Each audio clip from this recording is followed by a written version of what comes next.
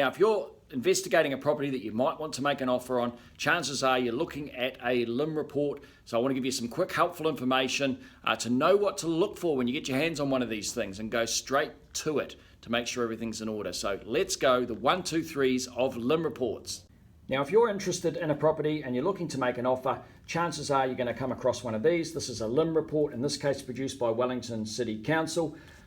For a property, what it does is gather together a whole lot of information that the council has on the property or knows about the property into one place. These reports are usually around 60 or so pages long. They can be up to a couple of hundred pages depending on the history of the place. Now, if you're going to make an offer, you should of course familiarise yourself with the overall report. But there is a lot of information there. What I want to do to help is to help you cut straight to the key 3 things you are looking for when you get your hands on one of these LIM reports. So let's jump straight into it. The first of those things is to go straight to the aerial photograph that shows the boundaries, the legal boundaries of the property. So if this is the example, you'll see them marked out. These are accurate to plus or minus 1 metre. What you're looking for is this. Check that they match what you've seen when you inspected the property, that the boundaries are where you expected them to be. Check that no part of the property is encroaching outside of its legal boundary or no neighbouring property is doing the same. And check that there's no areas of land that are being used or enjoyed, whether it's, for example, gardening on patches of land or parking arrangements that are not actually part of the legal envelope. It's just important here that you know what you're buying.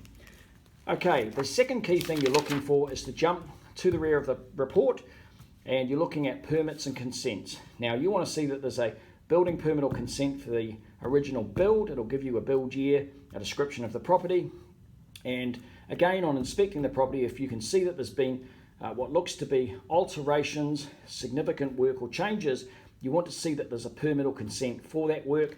If the alterations are 1991 or later, then you're talking consents rather than permits because that's when they came in. And you want to make sure that any building consents have been completed. Completed means that a code of compliance certificate has been issued and the work is compliant with the consent and the building code at the time. If there are incomplete bits of work that the council knows about, there will be a section, incompleted consents. But of course, you are looking first and foremost, have there been significant changes to the property? Can you find building permits or consents that relate to that work? Now, the last thing you want to quickly look at is jump now to the front of the report. The report is broken into standard sections, and what you're looking to do here is to have a look at any pertinent comments on the property you're interested in regard to those sections. So it deals with things like, for example, weather tightness, what the council knows about any issues there, drainage, if there's been any issues or call-outs the council's aware of, for example. We just talked about encroachments, any licenses for encroaching on land there, access if there's any issues or issues with the land itself. So a quick skim of that will highlight if there's any notable things you want to check out further. Look, I hope that's helped. If you need some advice, of course, get in touch, and best of luck with the property search.